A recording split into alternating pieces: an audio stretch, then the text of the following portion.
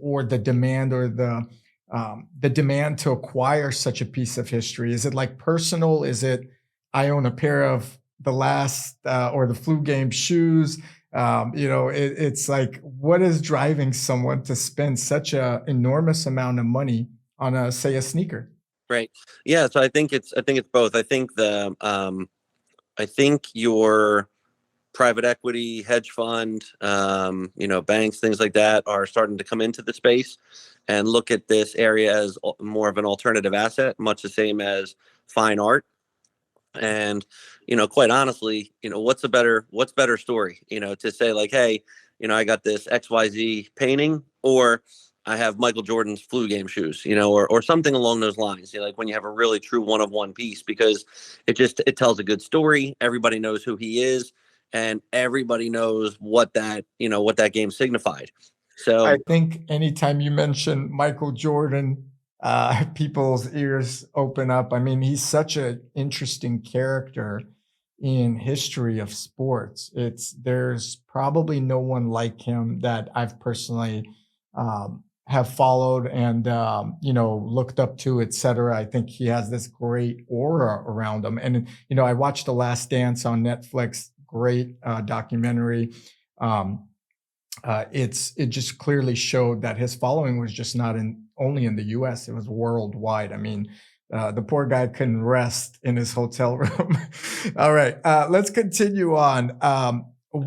Give me some pieces of memorabilia that you own that you're excited about coming up or potentially selling, whether it's at an auction house or however you want to sell it. And then we could go into how you find your clients and what advice would you recommend to new collectors. So some of the memorabilia you own that you feel is going to explode or is already exploding.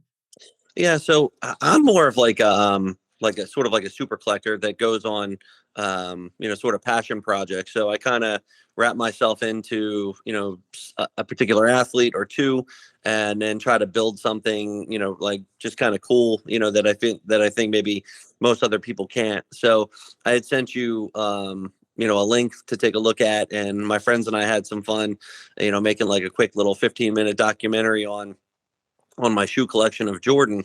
Yeah. So what I did, which I think is pretty cool, is I've been able to acquire one pair of shoes from every season that he played, throughout his entire career, including the pair of baseball cleats from when he was with the Birmingham Barons. Incredible. So I've been working on that for about 4 years. I finally completed it with the help of two other really significant collectors, that were willing to do some trades with me. And then so I've kind of had some fun with it. We call it the legacy line, because it kind of spans his entire career. And my favorite pair in that line, which I think if any of your viewers have seen the movie Air, when that came out, and it tells the story about how Sonny Vaccaro became sort of the man behind bringing Michael to Nike. So in '91, after the first final, Sonny was fired by Nike. And as a thank you to Sonny, for all that he did for MJ, Michael had someone go to Sonny's hotel and leave him a pair of sneakers. And as it turned out, the shoes were from Game 4 of the '91 finals. And what's really cool about the shoe is if you go and look at like a little YouTube clip of it, Jordan got hurt in Game 3 of those finals. They were down 2. He had a jump shot with like 8-9 seconds left in the game to push it to overtime, and then the Bulls won in overtime. But as he hit that jumper, he landed funny, and somebody landed on his toe. So he had this, kind of like sprained toe. So headed into Game 4, he didn't practice, the in between days, and to alleviate the pressure, he took an X-Acto knife and he cut this gigantic hole in the shoe so that it could give his toe more pressure, or excuse me, to relieve the pressure. So anyway, so he signed the shoes, left them for Sonny, and then Sonny kept them for like 30 years.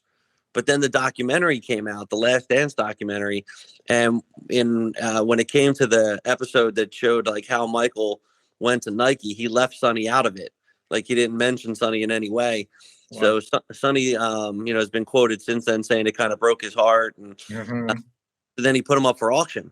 Oh, Because he was going to leave the shoes to his grandkids, he said, but he was, but Michael broke. So he puts the shoes up for sale at auction like 3 years ago at Sotheby's. And, they sold for, I think at the time they sold for like 253K. But what happened was whoever was the buyer didn't pay. oh, wow. So then the shoes went to a second auction with Golden Auctions in New Jersey, and they had a reserve on them. And I wound up being the high bid at 215K, but it didn't hit the reserve. So the auction house owner and Sonny, made a deal. Just I guess maybe they cut their commissions or whatever, but the auction house owner said, like, look, I know this guy is good. He'll pay immediately. If you want to get rid of them, this is the move. And Sonny agreed, and I've owned them ever since. Oh my God. What do you think they're valued at today? This is incredible. Yeah.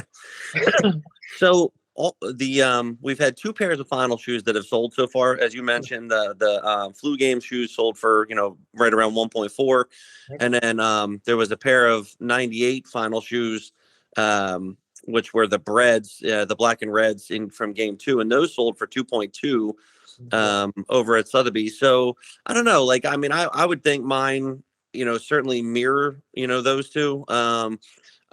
As a collector, I think there would probably be a preference to own the flu game shoes just because they have a name to it and it's just super famous.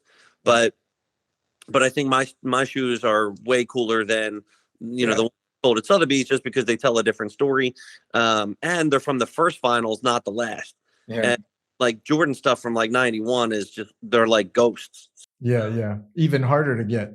Yeah, and mine are photo matched, and like I can prove it. I have the letter of provenance from Sonny, so I mean it's it would take a healthy size offer for me to move those, but just because sometimes there's just pride and ownership, and so that's a good question for me to ask you. Would you move them, or is it something you want to pass down to your kids? And I mean, everything has its price, some people tell me, but is it pride of ownership, or would you move them and invest in something else? Yeah, I think I think if there was the right offer came along, then I'd probably would have to move them. I would love to say that I'm so independently wealthy that I never have to sell anything, but that is so not the case. Me too. So you have to be straight with people, and sometimes like, look, we have that hefty Centurion bill to pay every month, right? So it's like people don't get that part of it. Yeah, exactly. I mean, that that definitely adds up. But really for me, the fun was putting the shoe line together, and I think what I'm hopeful for in the future is that there'll be another collector that would value it every bit as much as I did, and be like, man, this is really awesome. You did all the hard work, and maybe somebody would come along and acquire them. And treat it with the same respect or passion, I would imagine, that it took you to get everything together, because that's a big part of it. Yeah, 100%. I mean, it's 16 different pairs of shoes. And then just making sure that the provenance is right, the autographs are good. And like you said, just knowing that, and I have a real love for MJ. I mean, I got to see him growing up, when they came into, I'm originally from Philadelphia. So, they were coming in there and beating my Sixers all the time and knocking us out of the playoffs and all that kind of stuff. But, but you always respect greatness. And as you kind of said, he sort of has this aura about him that I think, anybody can appreciate. So it's just, it's just one of those things where I had a lot of fun putting it together. I really do enjoy owning it. And I think like I have, a collection that, if there was really a huge MJ fan out there, that really wanted to put something together, for the long term, like a package. Yep. And then, secondly, I just finished, and I think I messaged you this. I just finished this deal, like 2 days ago. Oh, and able to acquire the jersey from Game 3 of the Eastern Conference semifinals from '98, and that jersey, that game is prominently talked about in The Last Dance, and it's where Jordan, they lost the game before to Charlotte, and BJ Armstrong, the former Bull, had a pretty good game in Game 2, and he was kind of like poop talking, to the Chicago bench in the fourth quarter after, I remember BJ. He was number 10 from my memory. Was he number 10 in is my memory really good? got it. Okay, good. Yep. All right. Yeah. I was a big basketball fan, so I played in high school and so forth. Nice. But continue. I'm sorry. I just wanted to throw that. I do know some basketball. Yeah, no, me too. I mean, BJ was a star at Iowa, and I think now he's a prominent sports agent, if I'm not mistaken. But he had a really good game, in game 2. And then if you guys watch the documentary, you'll see there in episode 8 that afterwards Jordan's sitting on like the training table and he's got a cigar in his mouth and he's got a baseball bat and he's like gripping the bat and he's talking about like, people were asking him like, is he worried? He's like, I'm not worried, and he just said, it doesn't take much of a man, to start, crap talking, when you're up 5 points, 6 points, 8 points. He goes, let's see what happens when it's 0-0. And then he basically said, I'm expected to dominate this guy. And from then on, I did. So by getting the jersey, I also happened to have the shorts from a different uniform that I had. So I wanted to pair the jersey with the shorts because the dates are the same. Mm-hmm. So now I can say I have that full uniform to that exact game. And it's, it's a really historical game. So that's incredible. Yeah. So I was able to put that together. And ironically enough, it was because there was another bidder, that didn't come through at auction house. And the consigner of the item, he and I were trying to work a deal out before it went to auction. So he came back to me and he was like, hey, would you still be interested? I was like, yeah, but it's going to, my offer is going to be about $100K less than it was before, or more. And he kind of understood that. But I was just thrilled. Like I finally got it. I'm going to make a post on Instagram, with all the photos and everything. And then I'm